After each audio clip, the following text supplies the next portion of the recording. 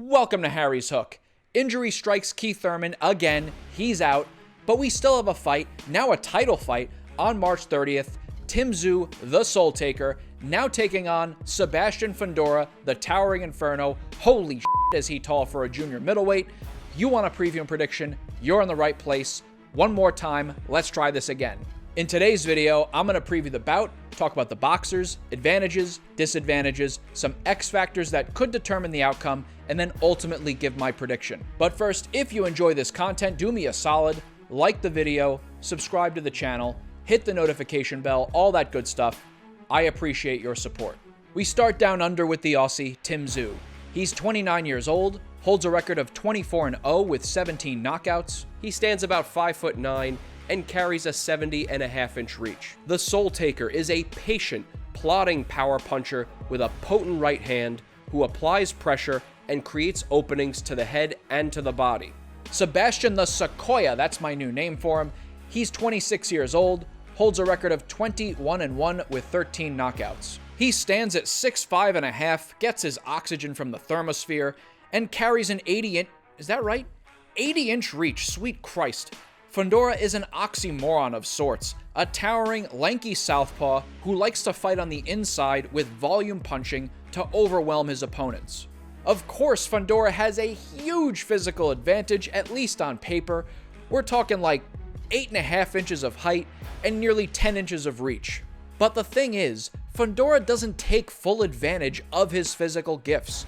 He likes to fight up close and personal rather than utilize his ridiculous reach by firing lots of long-range jabs. And this could have been helpful against Tszyu, who has shown a bit of a vulnerability to a good jab. Thankfully for him, Fundora, not so keen on throwing it. Tszyu himself is a pressure fighter who likes to close the distance, and if a good jab isn't keeping him at bay, he will show his skills on the inside. When his opponent tries to tie up, he does not acquiesce to a clinch.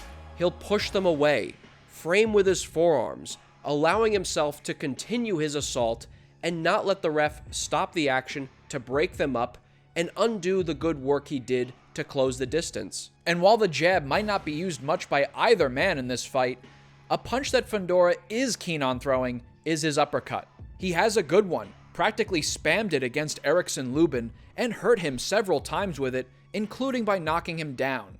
But that uppercut could leave him open to Tszyu's special weapon, his chopping right hand. He gets a lot of leverage, making it a potent punch on the inside, and opponents are often not expecting it at such an angle, which makes it all the more dangerous. And the way Fundora leans forward makes him vulnerable to Tszyu's brutal right uppercut.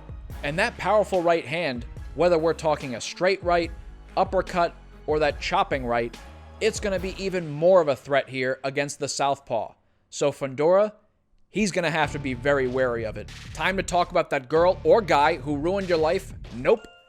Maybe we should discuss that romance, that old flame you just can't get over. Not quite.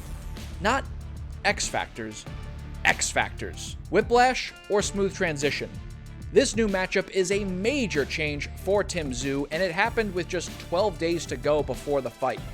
He went from fighting Keith Thurman, something like 5'8", orthodox, boxer puncher, to fighting Sebastian Fundora, 6'5.5", southpaw, pressure fighter.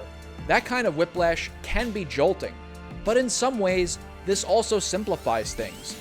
Thurman is a mobile, skilled, experienced boxer puncher, a bit of a puzzle for Tszyu to solve.